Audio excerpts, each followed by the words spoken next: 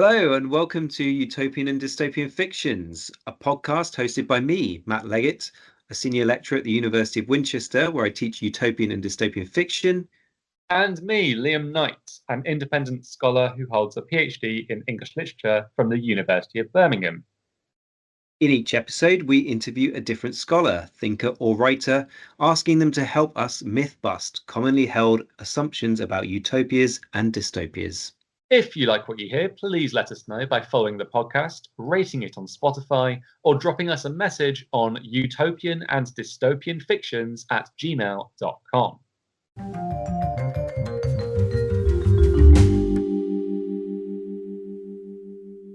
So, Matt, who are we speaking to in this episode?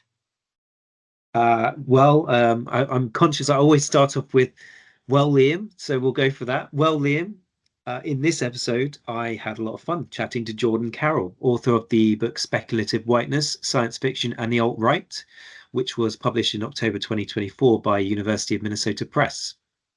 In the early part of the interview, really it was kind of discussion dominated by discussions about reading science fiction texts, and in particular that kind of jarring sensation that you might experience when you realize that some of those texts that you love are also being read, misread, and appropriated by people who share maybe radically different political ideas to you. In fact, these people may even come to read these texts in diametrically opposed ways to the way you might have imagined. Now, obviously, Jordan speaks about this in relation primarily to science fiction works, but I think, the same idea can be discussed and thought about in relation to other genres too. I know we sort of briefly touched on fantasy fiction, for example, and broadly, of course, speculative whiteness is about speculative fiction as a broader category. So Jordan and I discussed the central argument of his book and how his work charts perhaps a longer, deeper connection between science fiction fandom and fascism that goes back way beyond the kind of current dominance of alt-right thinking. In the discussion, he notes the ambiguity inherent in science fiction, where visions often leave open the possibilities of fascistic utopias. Just as readily, however, science fiction texts are misread by these audiences, either deliberately by perhaps reading against the grain in some sort of attempt at subversion, or producing misleading readings intentionally to try to deceive people, or purely because the combination of powerful ideological belief structures and poor critical reading skills means that errors might be introduced.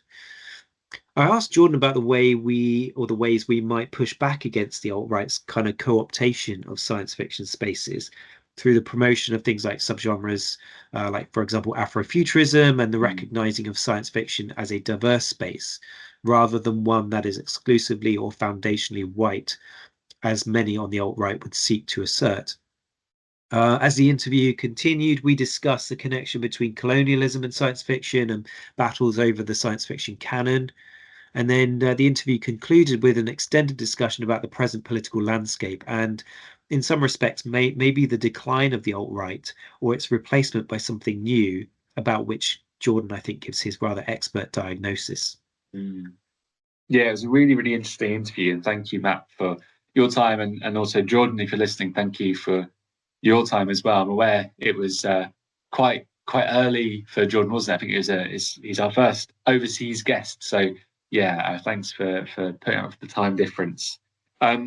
Something that really shocked me about the interview, or I really, really took away from it, has sort of stayed with me since, is that I often see sort of utopian studies, dystopias, spec fic, sci-fi, so on. I see that as being populated by good people, which I know sounds really silly and really twee, but I see it as being a space where we can imagine better for everyone. And the people that I've met in the field, from going to conferences and engaging on social media and so on, they're all really good people who want what I see as being genuinely better, futures.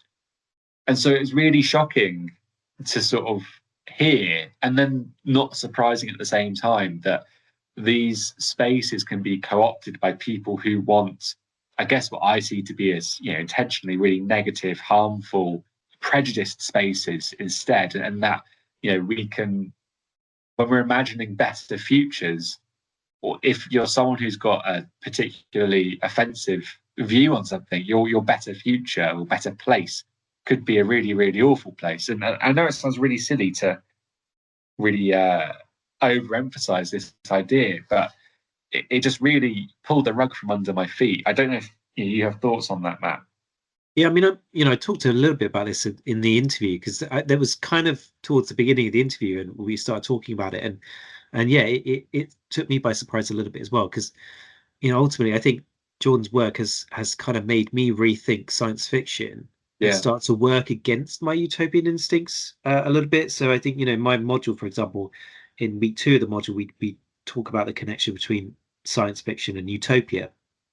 And I know that's, for example, like Darko Suvin, he's said that utopia is a quote socio-political subgenre of science fiction. So, he obviously sort of sees the two as intimately connected. And Gregory Clay's also he's sort of suggested almost the reverse, but there's a similar connection. yeah, The reverse being that, namely, that science fiction is a kind of subgenre of utopian fiction. He writes, given the definition offered here, in which utopia narrowly construed essentially a formal representation of one strand of the tradition of the ideal commonwealth or city-state, science fiction is a subgenre in which science and technology predominate thematically. So he's looking at it the other way around, where utopian fiction is the kind of umbrella genre, and within that, science fiction is a subgenre where the depiction of a future world is dominated by science and technology. So I kind of, in that sense, I'm not alone in yoking together science fiction and utopian thinking. I mean, Patrick Perinda, who is again an expert in science fiction, has written that the coupling of science fiction and utopia, quote, stresses science fiction's commitment to visions of human transformation and credits it with an inherent, though frequently fragile, ambivalent, and compromised potential for political radicalism. So I think it's really interesting because that's worth sort of noting his stress here that this kind of utopianism or potential for radicalism is, quote, frequently fragile, ambivalent, and compromised. mm, Because what does that radicalism mean? That radicalism might be a radical break from society, but it might not be for the better, in our view. It yeah, might yeah, be a different vision of the world. So I found that, really kind of striking. And, it did make me, as I said, rethink sort of my default position, which is to think science fiction is a kind of utopian space. It reminds me, though, as well of maybe more straightforwardly utopian or dystopian novels that maybe problematize this as well, or thinking about them problematizes it as well. And I was thinking a little bit about the Turner Diaries. I don't know if you've come across this. It's a novel by, I'm going to pull up my phone just to make sure I get the name correct. Um, it's by William Luther Pierce, and he was the founder and chairman of National Alliance, an American white nationalist group. So William Luther Pierce publishes this novel under a different name, as the name of Andrew MacDonald. But this novel itself is meant to be a dystopia or a political novel, but it's like a really thinly veiled white nationalist attack, basically. So again, I suppose there is this not a trend because that makes it sound trendy and nice and like it's always happening, but I suppose there are examples of texts in the genre that maybe challenge my own sort of naivety about the purity, the goodness, the always goodness of the utopian, dystopian, spec fic, sci-fi spaces. So are you saying that you can also imagine, for example, a dystopia written by a white nationalist that actually for them is a dystopia, but we might read as a kind of utopian text. Maybe what we need to do is we need to get all of these white nationalists writing dystopias. We might find something better emerges from it. Um, we might find a blueprint yeah, for a good absolutely. We might society to work towards.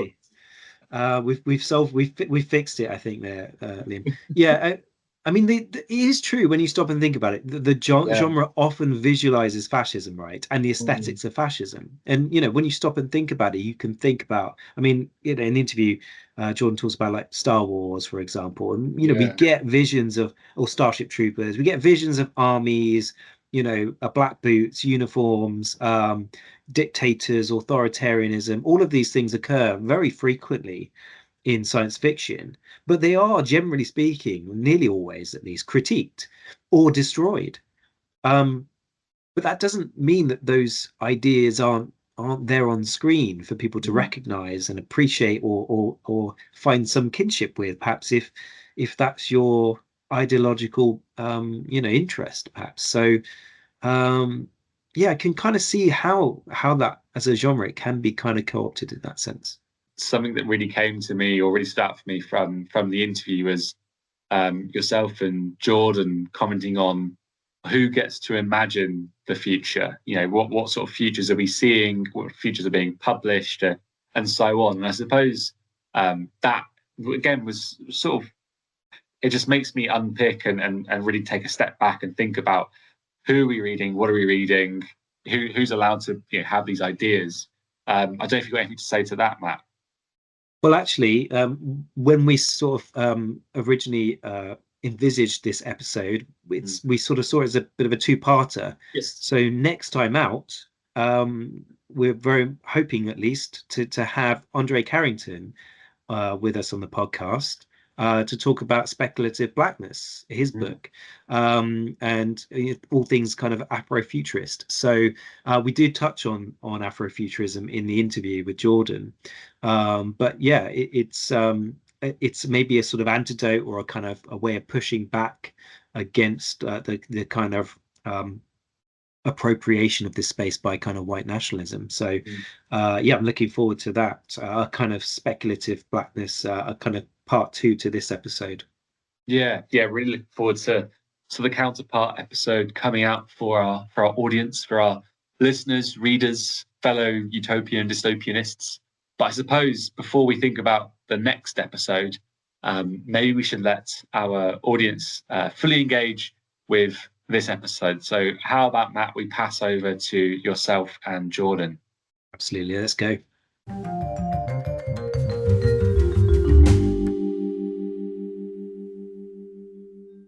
So today, very pleased to be joined by Dr. Jordan Carroll. Jordan, can you introduce yourself to our audience, please? Hi, I'm Jordan. I did my PhD in English at the University of California, Davis. My first book was Reading the Obscene, Transgressive Editors and the Class Politics of U.S. Literature. But my current book, which I imagine we're going to talk more about today, is Speculative Whiteness, Science Fiction and the Alt-Right, which came out last year from the University of Minnesota Press's Forerunner series.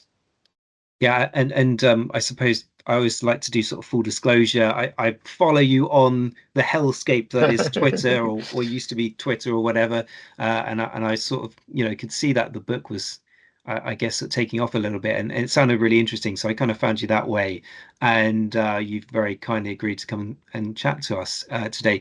So with that book, what did draw your attention to this kind of connection between science fiction and the alt-right? Would you consider yourself a fan of science fiction? Is it a kind of project that aims at reclaiming the genre, perhaps, or not? Yeah, definitely. I mean, I've been a lifelong fan of science fiction as well as fantasy and horror and comic books and role-playing games. So this is something that I've pretty much always been interested in. And I've studied science fiction for a long time. I did my master's at Miami University of Ohio, where I worked on a thesis about Samuel Delany and utopianism. So this is a long-standing interest. And in some ways, the genesis of the project was looking around, I guess, in the mid 20-teens and seeing these figures emerging in the blogosphere, like, say, Nick Land and later Vox Day, who seemed to be science fiction fans who were interested in a lot of the same things that I'm interested in, cyberpunk for Nick Land, for example. And yet they were openly white nationalist, openly fascist. And that at the moment seemed kind of shocking to me because although I'm not naive enough to not think that I'm not, I see that white supremacy is pervasive. Um, my vision of what a fascist looks like did not coincide with science fiction fandom at the time, and so I started investigating this. And started thinking about it, and I realized that this isn't something new. That actually science fiction and fascism have overlapped for many decades, and there's always been a reactionary wing to science fiction fandom. And so part of this project has been reclaiming science fiction for the left, but also showing that this is a problem that didn't emerge with the alt-right, that didn't emerge with right-wing blogs anytime recently, or Twitter campaigns, for example, that actually the fascist enemy has had some purchase on fandom going back to the 1940s. And so I want to finally kind of come to terms with that, and hopefully to work towards eliminating fascism from science fiction. Yeah, I guess it's that sort of, it's alarming, I suppose, to find that the things you're enjoying and reading are also being enjoyed and read by people that think wildly different, different things to you. I can understand that as a kind of reaction. Um, you note the connection between speculative fiction and sort of the radical reimaginings of society. You talked about your own kind of interest in utopianism, for example. Um, and you know, this sort of potential, what you're sort of arguing, I think, is that it's also been seized upon, or that the kind of idea of reimagining is being seized upon at the moment by the fascistic forces in society that we're confronted with. So, as a teacher, I focus primarily in my modules on the utopian strands of science fiction. But your book sort of made me rethink, well, whether I should be doing this, because there are these other strands that I kind of maybe just it's not that I don't recognize that they're there. I think we do recognize that they're there, but we tend to ignore them in favor of the things we're interested in, that we love about the genre. And it's kind of uncomfortable, I think, to think that these sort of ambiguous visions, because they're often ambiguous, I think, in science fiction or speculative fiction, these ambiguous visions of utopia also leave open alternative utopias. I use that term with sort of scare quotes, and perhaps even Mhm. fascist utopias as kind of possibilities for readers or viewers. Um, I think, I hope you don't mind me quoting from the book here, but you write that the alt-right must be understood as an interpretive project as well as a political movement. I thought that was really interesting.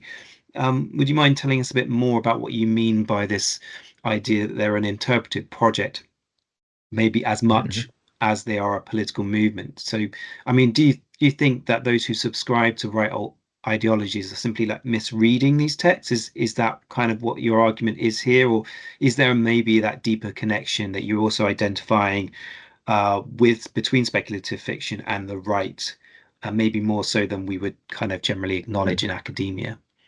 Mhm. Yeah, I mean, I started with a similar approach to your own. For me, science fiction studies was, Darko Suvin and Frederick Jameson, and science fiction was, Octavia Butler and K. Jemisin, authors like that. Um, but I do think that there is a more reactionary dimension to science fiction that we often overlook.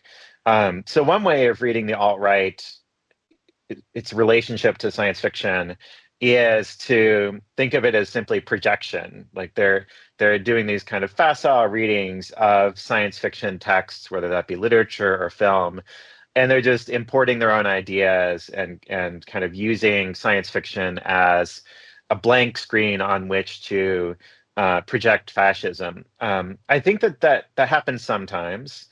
They're not great readers. They often are actively misreading the texts.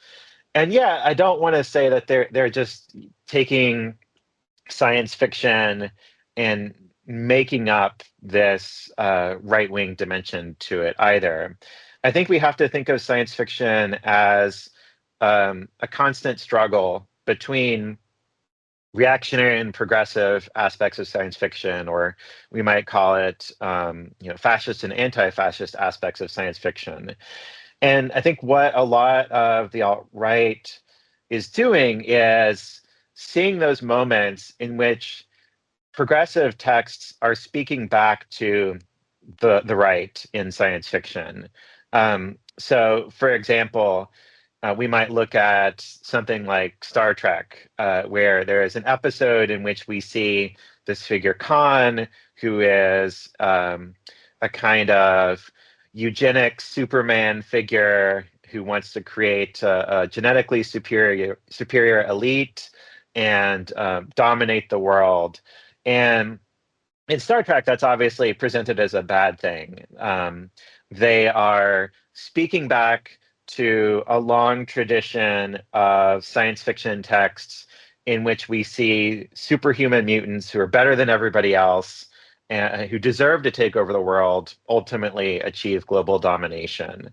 But when somebody like Richard Spencer reads that episode, he is valorizing the thing that the episode is trying to negate or eliminate from science fiction. Or sometimes we'll see a science fiction text that is satirizing the far right, but then alt-right readers will come in and say, no, we don't think that the Starship Troopers in Paul Verhoeven's version of that narrative are bad. They're actually good.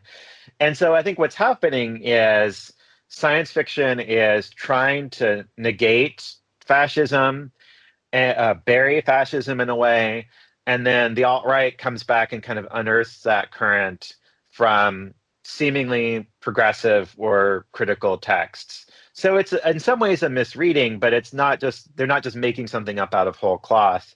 They're reclaiming something that was already there, even if it's something that many of the authors that we hold dear have tried to put behind them and get rid of, essentially. So in that sense, maybe it's a deliberate, it's deliberate misreading, maybe a lot of the time. Certainly a misreading for nefarious purposes, perhaps. I think so. I think some of the, I mean, sometimes it is like, sometimes they are just bad readers, but often that there is a kind of cleverness in their own mind that they're being subversive, they're being, they're trolling a little bit. And I think they like the idea of taking something from the left and perverting it for their own purposes. But sometimes it is just like they don't know how to do a really skillful reading, even when they are finding something that's there. They leave off certain moments and certain points that contradict their points. Yeah, I'm wondering how much that kind of idea of something being woke is also the starting point for that, because you can say, well, Star Trek is woke, but actually there are these really good ideas in there about kind of eugenics, and we could take, these people aren't villains after all; they turn out to be the hero. I don't know. I'm trying to find a way in which you could read Star Trek in a way that is in some way fascistic, because as you say, it's Yeah. absolutely. I mean, it's the text that comes to my mind when I think of utopianism. Full stop. I mean, it is that Yeah. text.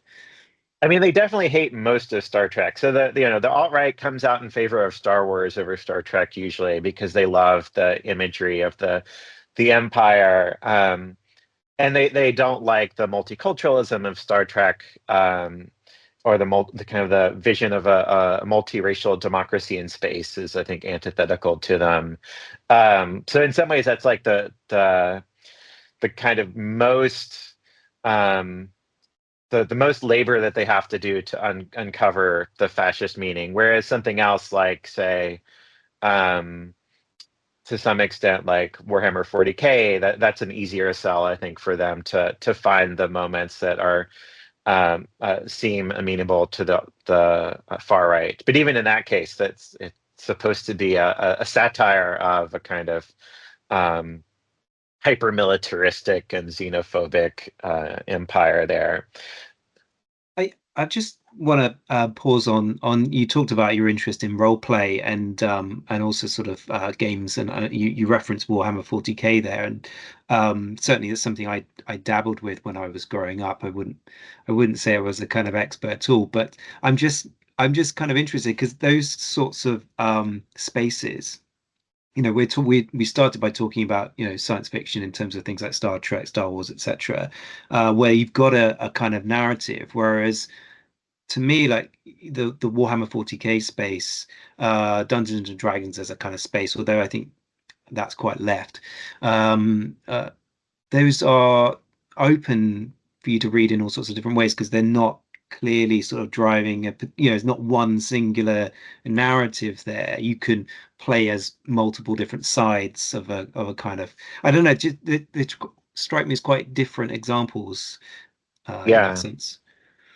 Yeah, and I guess that points to why something like 40K is easier for the alt-right to take up, because it often turns into a series of memes for them that don't actually have any connection, often with the game or with the narratives surrounding it. I do think that they are really attracted to these narratives that they can kind of pick apart and create an image from, um, rather than narratives that require a more substantive and more complicated reading. Although there are moments where fascists are reading something like Dune in some detail, and the book version, um, and finding meaning out of it.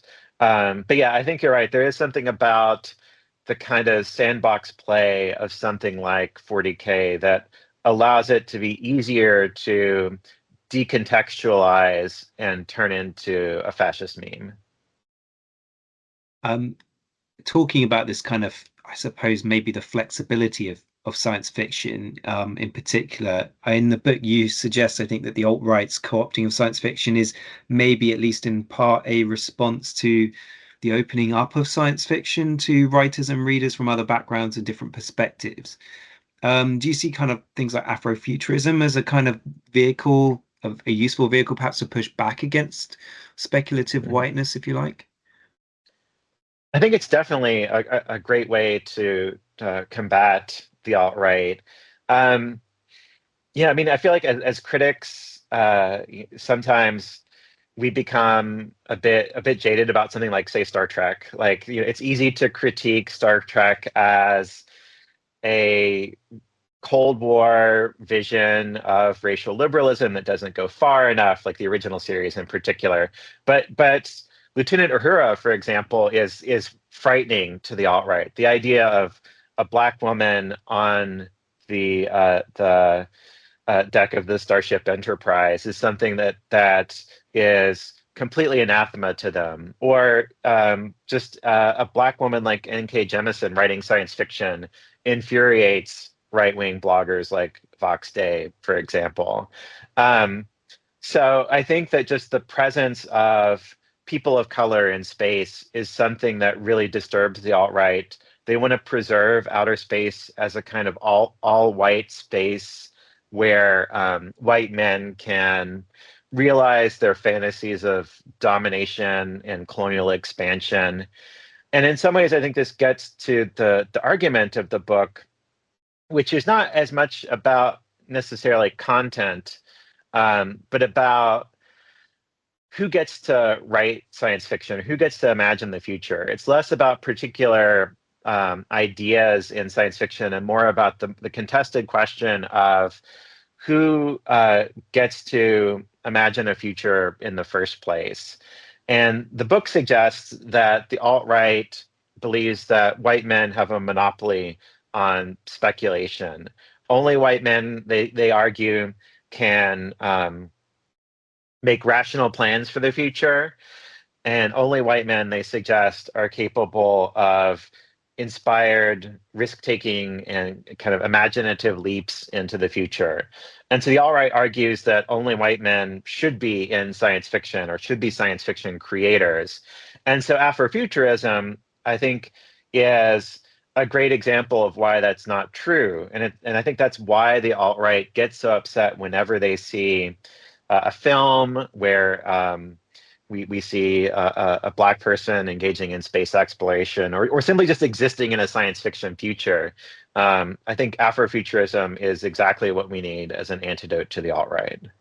One of the things your discussion there just sort of pinged me with, I suppose, was this connection to colonialism. And it's kind of interesting then, that these are actually kind of even older narratives, perhaps, of kind of white domination.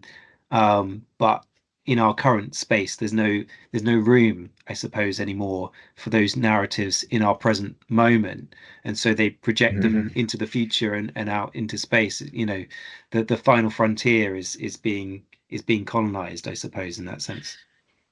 Yeah, definitely. I mean, I think that in some ways that is why science fiction and fantasy are so useful to the far right, is that they take these narrative structures about expanding outward into colonial territories, but also exterminating alien enemies, and they kind of move them slightly to a fantasy world or a speculative world as a way of bypassing our more critical ways of looking at things. So most people would be offended about a narrative that was all about exterminating the foreign other if we were talking about humans on planet Earth.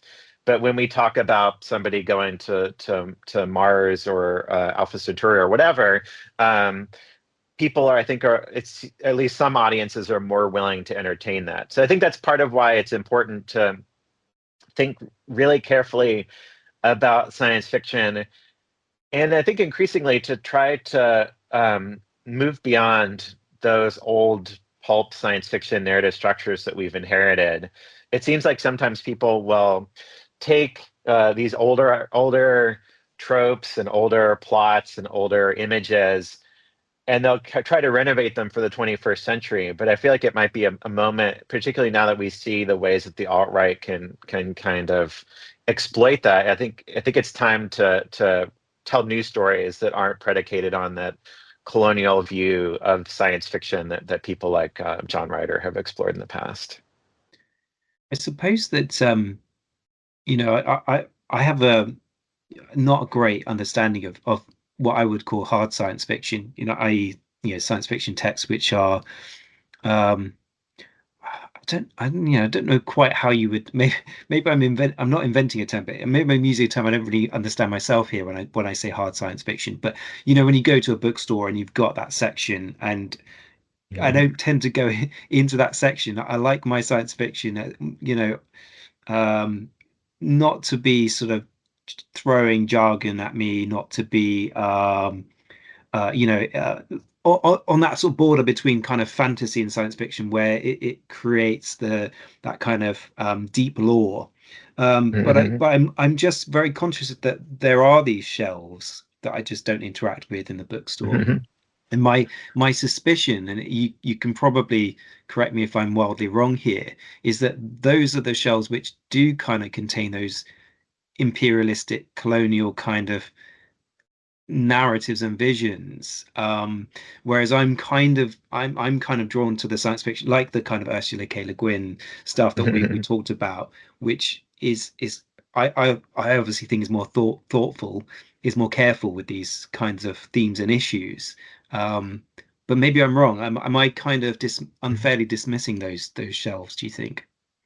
I don't know if it's the hard versus soft science fiction is the distinction, because there are plenty of hard science fiction texts. If we mean by hard, we mean like interested in the kinds of mechanics, the kind of scientific aspect of science fiction. But I do think there are a lot of subgenres that um, critics have often overlooked that are places where this is more prevalent. Um, it seems like kind of pulp adventure narratives lend themselves well to this. Um, as well as military science fiction. I think we've seen more right-wing narratives in that field. Although I would not say either of those are exclusively far right. There are plenty of left-leaning authors in those fields as well. But I do think that does kind of point to a problem of the science fiction canon, which is that we have succeeded, I think, and I think this is a good thing in some ways, creating the kind of canon of progressive authors that are taught at the university level and that are discussed as part of science fiction studies main conversation. But that leaves out a lot of these other kinds of narratives that, are more about men in power armor blasting bug-eyed monsters in space and stuff like that. There is a lot of science fiction that gets overlooked, and it feels like that's where maybe some of the conversation should go. Which is not to say that we need to stop thinking about sociological science fiction and critical science fiction, but we have to remember that this is an achievement. This is a hard fought battle to make that the dominant mode of science fiction, and one that we can't therefore take for granted and ignore the other tendencies within science fiction that are also trying to claim that genre. I just sort of think we've talked quite a bit about text so far, and I wondered also, this is obviously very much in a particular political moment and sphere. And you've obviously used the term alt-right quite a lot so far, and it's in the title of your text. And is it, to me, it feels kind of unusual to sort of call them alt-right now, because they're not really alternative in a way. They're kind of running the US government right now. Do you think maybe we need another way of talking about this group? Is it really the alt-right anymore? I don't know. What do you think? It's a difficult question, and one that I've thought about a lot, especially since the nature of book publishing means that the manuscript was done and copy edited long before our present political moment, and a lot of things in some ways have changed. And at the end of the book, in some ways, I suggest that the alt-right, at least as I define it, is in decline in some ways. Like a lot of the protagonists of that kind of 2015, 2016, 2017 moment have been sidelined in recent years, like Richard Spencer, Matthew Heimbach. I don't know that they're at the heart of the far right now. They're still, or at least Spencer is still around. It seems like something has changed and we have something new, but that is still fascistic or ultra-conservative in some cases. And I think what might have happened is if we take the alt-right to mean this particular group of mainly online figures who are interested in not only fascism, but also looking at German reactionary thought and race science, and in particular using cultural subversion as a way of getting those messages across. That group, I think, has declined, but they succeeded in some ways in taking the guardrails off the right, especially it seems like in the United States. They've succeeded in pushing aside the Cold War consensus that at some moments at least seemed to bind the GOP and bind people on the right. That includes maybe things like human rights, racial liberalism, a commitment to liberal democracy. I think in some ways what they did was they broke the taboo on kind of open disdain for equality and liberal democracy. But they didn't succeed always in getting their particular program to become popular. What we got was a bunch of kind of strange new right-wing movements and tendencies that are not necessarily interested in maybe an all-white ethno-state, but they're not afraid to be openly racist or contemptuous of democracy. We think of like QAnon, for example. We might think of the Silicon Valley eugenicists that are increasingly important. So we're in a moment, I think, of transition. So it's hard to name what we have right now. But I think what we have is a right that no longer pays lip service to these ideals of inclusion and democracy, but it hasn't settled on what it's going to be. And even Trumpism, I feel like we don't really know what it's going to be in the second term right now. So yeah, I think we probably do need a different name, unless we just want to call everything on the far right the alt-right. We need some new signifier for this chaotic and inchoate far right that has left behind the project of including everybody within the social and political order. So I suppose, just my take, I suppose, on what you just had to say then is, at least to some extent, that that movement, if you like, the alt-right, has not really germinated a particular program or political program, but what it has done is open the door to people to transform discourse, maybe in general, and put in blunt terms, really what we're talking about, I suppose, is free speech warriors, right? But people who use the issue of free speech in order to promote hate speech rather than simply free speech.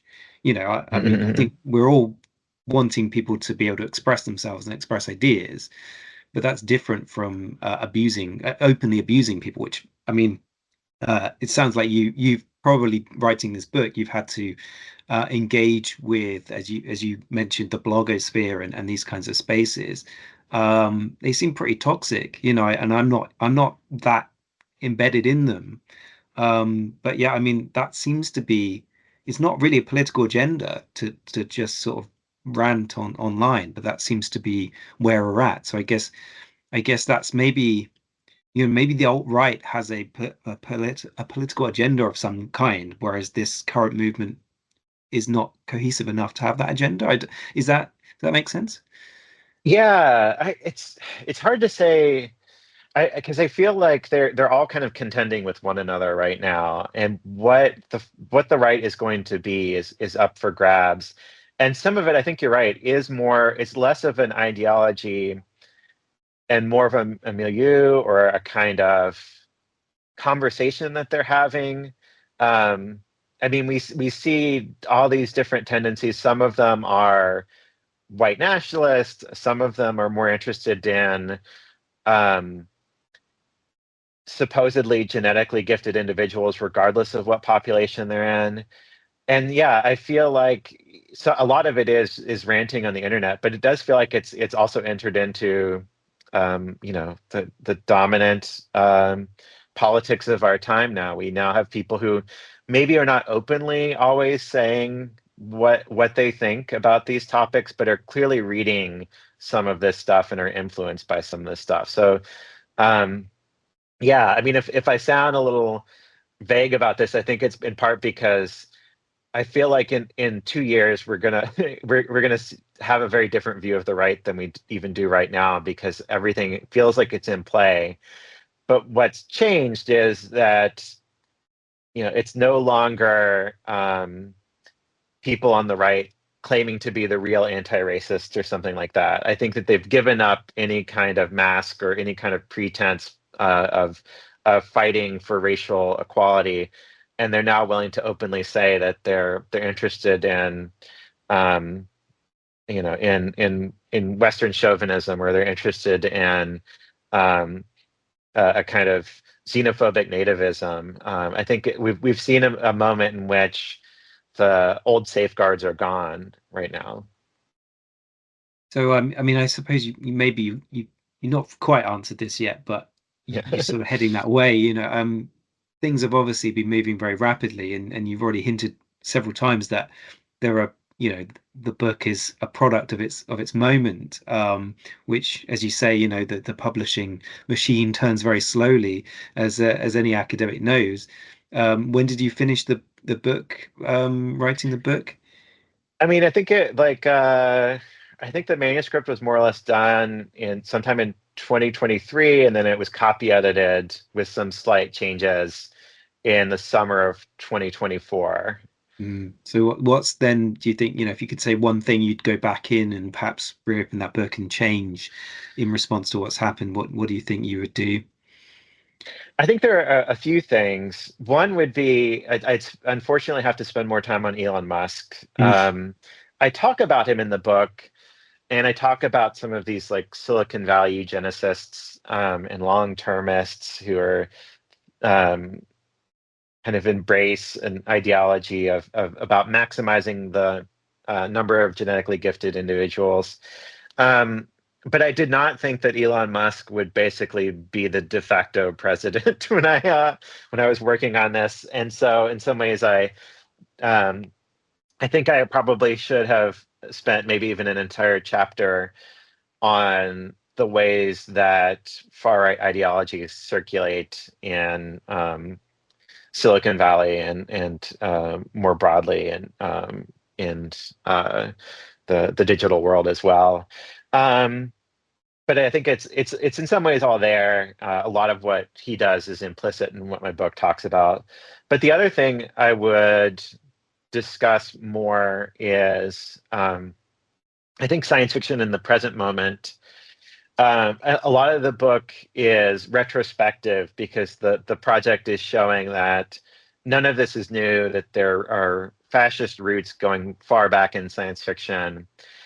Um, and so I think talking a little bit more about uh, seemingly progressive science fiction texts in the last decade or so, and the ways that they've taken up some of these ideas in a more covert form might have been a good idea.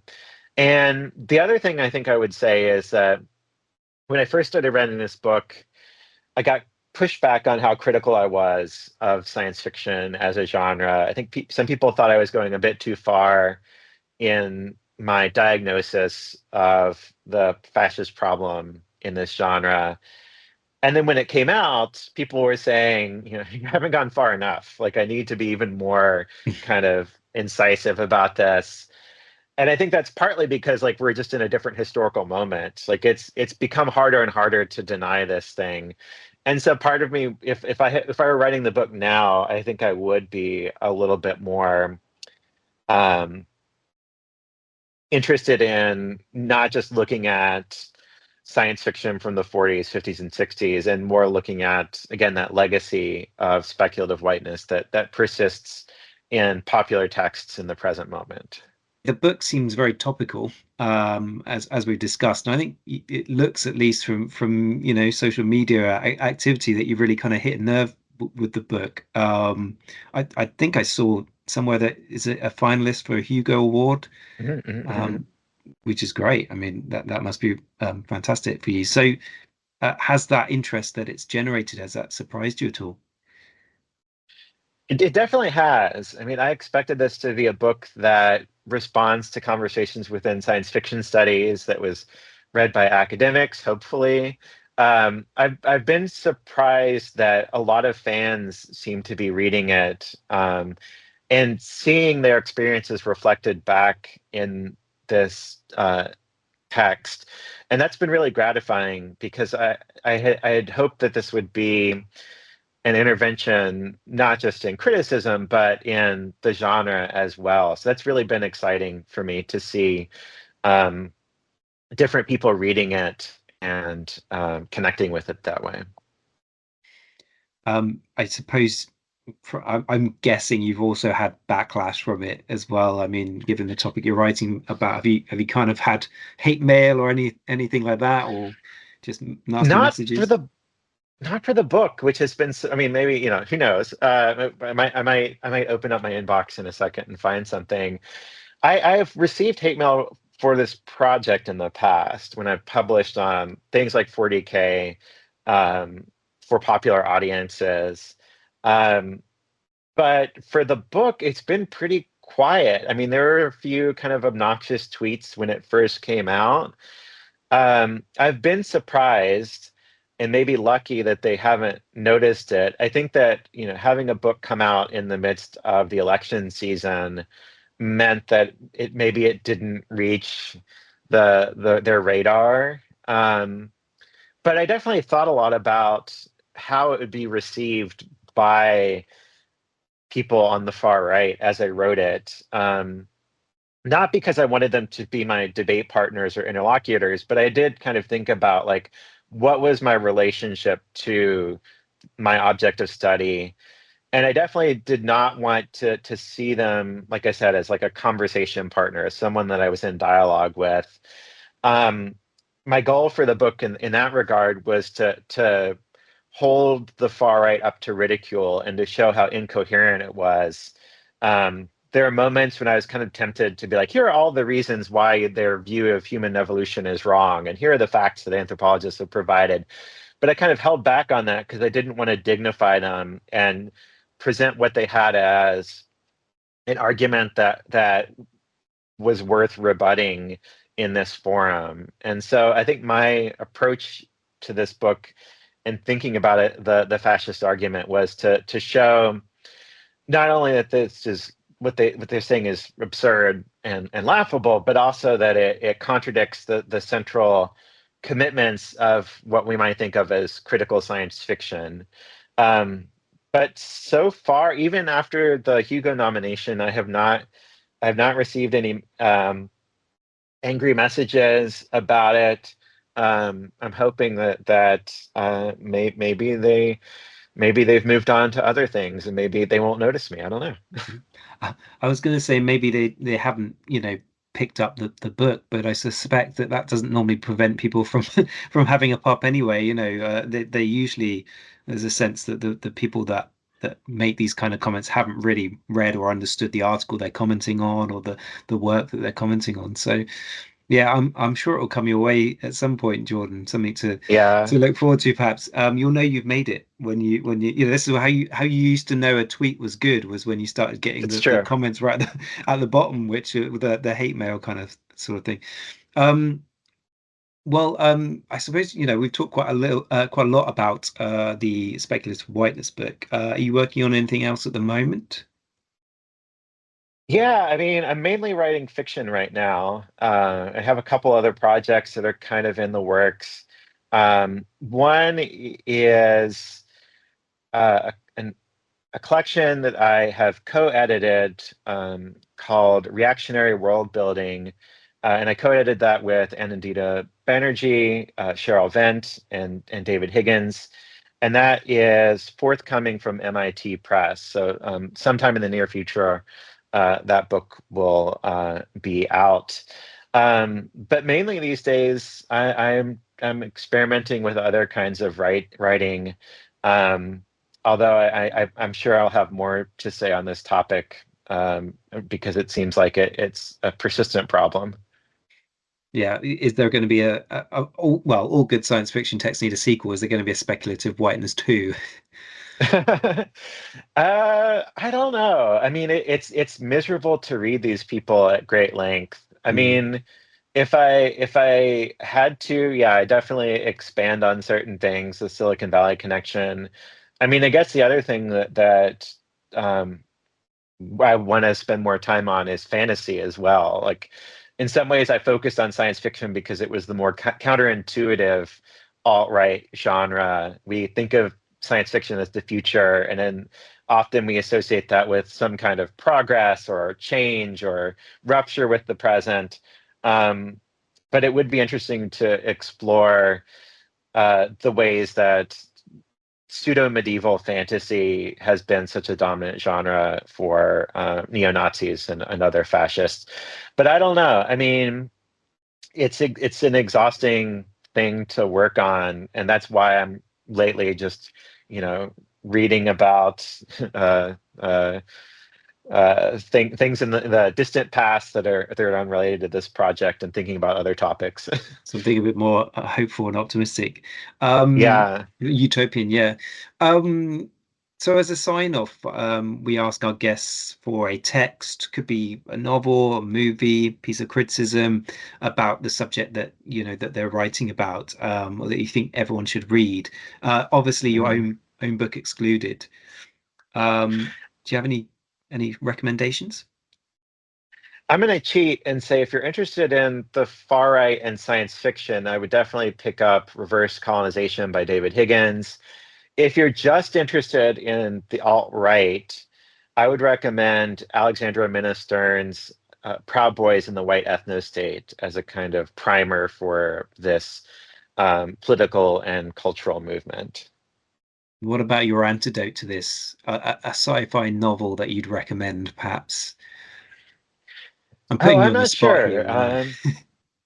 Let's see, what would be a good, I mean, let's see. I mean, my go-to would be anything by Samuel Delany. He's the one author would I can't imagine them appropriating anything from. So maybe go read Trouble on Triton as a kind of text that is impossible to corrupt. I mean, from the far right's perspective. That's brilliant. Thanks, Jordan. It's been fantastic having you on. And the only problem for the listeners is that they haven't got the images here, so they can't see your epic beard, which is a real shame because it's been a joy. But thanks for coming on. I really appreciate that, particularly as it's early stateside for you. It's I think it's at 9 o'clock in the morning, so you're having to be Mhm. heavily caffeinated as you say to get through the interview. So thanks for spending your time with me. I really appreciate it. Thanks so much for having me.